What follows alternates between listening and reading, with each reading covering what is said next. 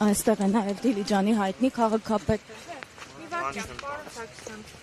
Խնդրում եմ, հա, հիմա հարմար չի զբաղված եմ։ Ինչ եք անում, քայլում եք ընդամենը։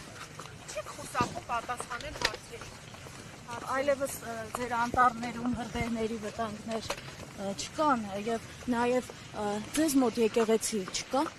որ մեկ հովանավանքում եք, մեկ էստեղ։ Օրջան, չեմ պատասխանում, լավ։ Պարոն Սարգսյան, ինչի եք ծխախոտը ձեր ձեռքերում այլվող տարածքների հատված եւ ներկայացնում իրավիճակը։ Լսեք, խնդրում եմ եւ նորմալ ձևով ձեզ ասեցի, ոչ մի հարցի չեմ պատասխանում։ Դուք պաշտոնյա եք,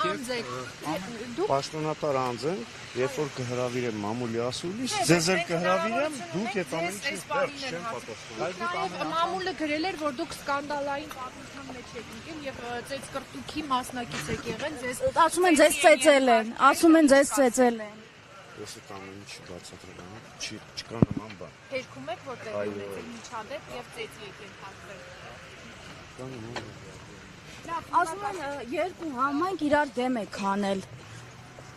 Ասում են, որ դուք երկու համայնք իրար դեմ եք հանել եւ վերջում դրա համար ծեծ եք կերել։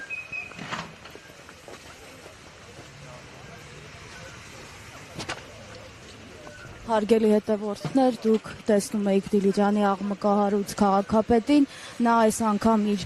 վարքագիծը